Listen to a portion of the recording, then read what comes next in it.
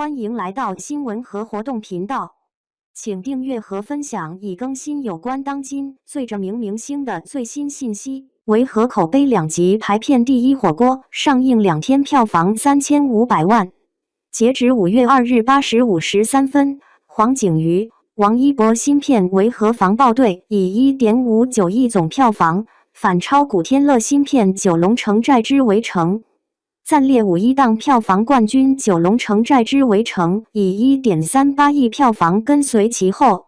此外，《间谍过家家》代号《白末路狂花》前票房均已破亿，分别暂列5一档票房第3、4名。票房垫底的2部影片分别为杨幂、于谦主演的《没有一顿火锅解决不了的事》，票房仅为 3551.81 万。以及紧随其后的张子枫、胡先煦主演的《穿过月亮的旅行》，票房为 2071.03 万。虽然《维和防暴队》暂列5一档票房榜首，但该片口碑2极分化。有网友大赞该片传达的精神内核以及动作戏，也夸赞了王一博的表演。维和口碑2集排片第一火锅上映2天票房3500万。维和口碑2集排片第一火锅上映2天票房3500万，但也有观众直接吐槽该片烂出了新高度，像是去电影院看了部网络大电影，情节稀碎有很多 bug， 为了燃强行推进，剪辑也很混乱，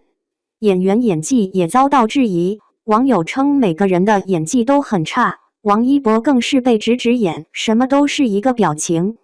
甚至有网友质疑，为什么该片这么烂，却占如此多的排片？从5月1日的数据来看，《维和防暴队》单日票房 1.36 亿，排片占比高达 26.8%， 为当日排片冠军。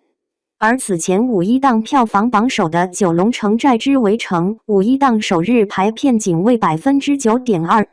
也在当天被《维和防暴队》票房反超。5月2日，《维和防暴队》排片量微降，《九龙城寨之围城》排片略有提升，但和前一日差距不大。《维和防暴队》是否能够在5一档笑到最后，还需看后续口碑是否会翻车，以及粉丝是否能扛起票房。此前，根据凤凰网娱乐凤凰院线经理指数曾预测，今年5一档《九龙城寨之围城》可能成为黑马，将超越《维和防暴队》成为票房第一，两者票房差距约为5000万。从如今票房形势看来，2部影片相差2000多万票房，仍将进行激烈角逐。院线工作者此前对凤凰网娱乐分析称，《维和防暴队》口碑最不确定，2位主演自带流量，主旋律题材加持，幕后万达阿里保驾护航，锁定5一档头部选手。但影片拍摄完成多年，还曾经出现更换主演风波。王一博作为二番，不知能否调动起其粉丝的积极性。院线工作者此前推测，杨幂、于谦主演的《没有一顿火锅解决不了的事》争议会最大，或将票房垫底。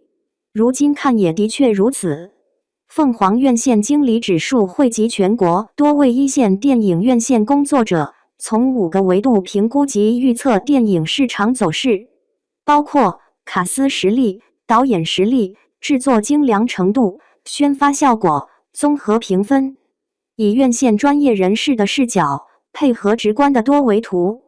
为行业提供真实、新鲜、有价值的参考数据，力争成为电影院线走势的风向标，也为观众选择线下观影提供借鉴及参考。